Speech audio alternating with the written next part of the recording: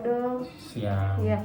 Terima kasih atas waktunya, sudah menyempatkan waktunya untuk bisa saya wawancarai mengenai pengalaman Bapak selama bekerja. Itu boleh untuk diperkenalkan dulu namanya? Kalau nama asli saya Muslihun. Untuk Bapak tinggal di Perum Pesona Gia Batang. Terus saya bekerja sebagai pegawai tidak tetap atau honorer lah di pemerintahan atau di Pemda Batang di bagian protokol dan komunikasi pimpinan. Oh iya, oke. Tuh kok bisa dipanggil Pak Edo? Ceritanya dulu apa ya, karena waktu ada film di layar televisi dulu ada TPI. Oh iya. Itu peran Edo itu mirip dengan saya tadi orang. Langsung pertanyaan ya Pak ya. Ya. Yang pertama saya ingin menanyakan, kan mungkin sudah bertahun-tahun nih, tapi lebih tepatnya itu sudah berapa lama nih untuk bergabung, udah join di Pemkab itu dan melaksanakan tugas-tugasnya dari tahun berapa sampai Kalau sekarang? saya masuk di Pemda sendiri dulu di bagian humas. Oh iya. Di bagian humas Setda Batang itu tahun 2005 Oh, masuk. 2005. Terus sampai sekarang berarti sudah 16 tahun di 2021 ya, kurang lebih 16 tahun. Terus memang di perjalanannya itu ada pergantian nama, nomenklatur itulah ya. Dulu dari humas, terus menjadi humas dan protokol, terus berubah lagi menjadi Prokopim, protokol dan komunikasi pimpinan. Oh iya, oke. Kalau tugas-tugasnya sendiri dari dulu sampai sekarang, apakah ada perubahan? Misal yang dari dulunya di bagian dokumentasi atau menjadi sekarang itu jadi ganti lagi jadi misal komunikasi atau segala macamnya? Kalau dulu dengan sekarang sih tugasnya hampir sama ya.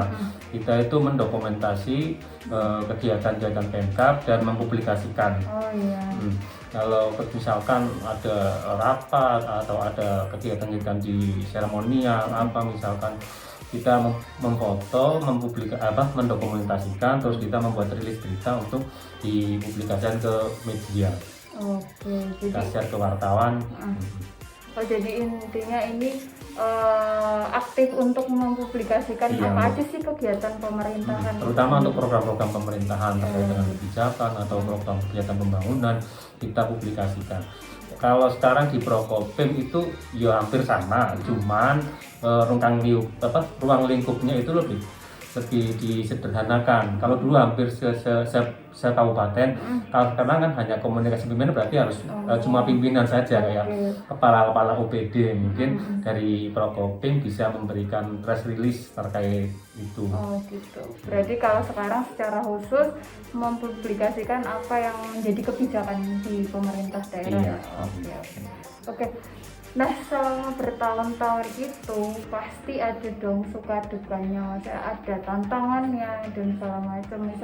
Misal lagi kerja tapi terhambat karena suatu masalah kayak gitu. Nah, bisa diceritakan untuk suka dukanya, kemudian ketika menghadapi tantangan seperti apa penyikapannya, cara menyikapinya. Kalau di humas saya, ya tantangannya kan waktu jam kerjanya itu tidak menentu, Mbak. Oh iya. Kadang kegiatan pagi buta kita harus berangkat. Oh, iya. Misalkan jam 5 pagi kita harus berangkat karena Pak Bupati harus ada acara. Saya kan selaku tugas dokumentasi dan publikasi kan harus mengikuti. Harus mengikuti. Nah, terus kalau kegiatannya juga kan nggak tahu waktu, terus kadang malam, pulang malam. Terus kita harus juga di tempat atau di lokasi itu kita harus bikin berita untuk nge-share ke teman-teman wartawan agar kegiatan Pak Bupati atau program-program yang bisa diketahui oleh masyarakat umum. Oh gitu. Kalau kesusahannya sebenarnya kalau di Prokopim sedikit kesusahannya mungkin kalau pas lagi ke daerah-daerah atas mungkin tidak ada sinyal gitu. Kita kesulitannya kan untuk mengirim gambar atau mengirim berita ke media karena sisa sinyalnya. Oh, sisa sinyalnya. Jadi nanti kalau misal yang di daerah-daerah pelosok gitu, nanti untuk ngirim foto atau dokumentasinya setelah turun. Iya. Oke. Terus apa ya tadi kan dan kayak baru dukanya ini baru dukanya kan tadi harus standby 24 jam karena kan apa namanya yang namanya pimpinan kan juga dia mengurusi banyak orang dan waktunya juga 24/7 terus kemudian kesusahan sinyal dan segala macam karena terkendala tempat juga kan. Kalau sukanya gimana? Kalau sukanya ya kita ngikuti Pak Bupati itu lebih tahu dulu misalkan kebijakan apa sih Pak Bupati yang akan diputuskan kita kan tahu dulu. Ya, terus ketika Pak Bupati ada tugas di luar ya kita juga ikut paling tidak kita bisa pengalaman lah di kedinasan dengan Pak Bupati sendiri mungkin di Jakarta misalnya penerimaan penghargaan kita juga ikut ke sana kita kan tambah pengalaman juga dan tambah teman di sananya. Oh iya. Jadi untuk sukanya sendiri kita jadi lebih dulu tahu perkembangan apa informasi. yang kebijakan pemerintah kemudian informasi yang terbaru gitu. Oke siap. Terus kayak kalau pengalaman selama ini ada nggak sih yang berkesan misal lagi selama bertugas itu ada kesan apa misal yang berhubungan dengan masyarakat atau misal pokoknya yang berkesan gitu selama bertugas itu? Paling kalau kita kegiatan di tengah-tengah masyarakat ketika misalkan Pak Bupati mengunjungi masyarakat yang memang kurang mampu kita kan juga ikut empati ya, ikut merasakan kesedihannya juga. Jadi kita itu kayak terbawa suasana. Dan biasanya kalau Pak Bupati Haji itu kan punya program tilik warga. Tilik warga itu kan tilik warganya susah kan.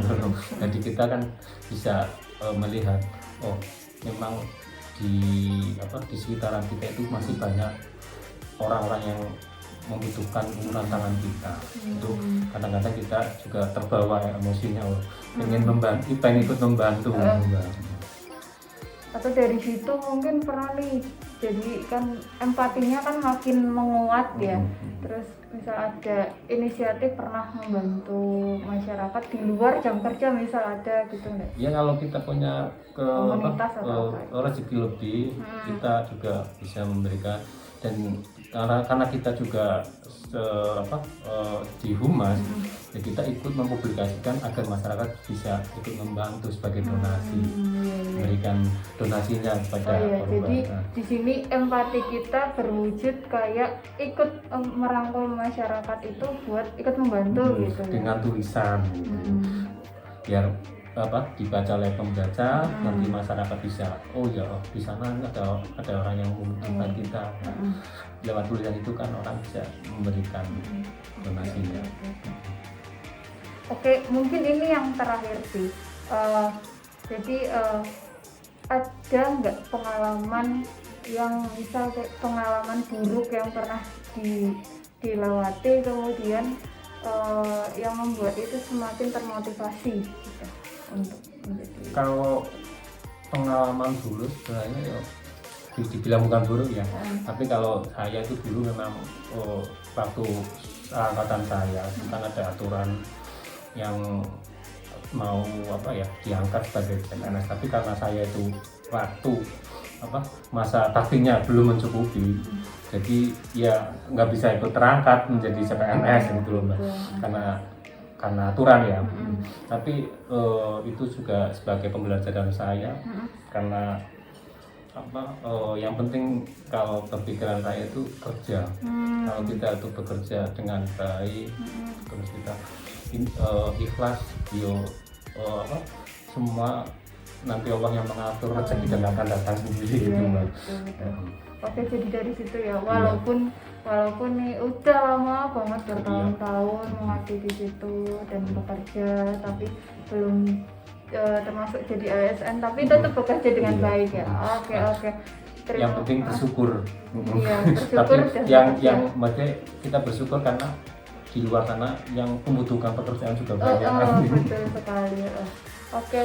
terima kasih, ini banyak Ya. sekali kayaknya ilmu yang bisa saya dapatkan dari pengalaman Pak Edo juga, dan terima kasih juga atas waktunya. Siap.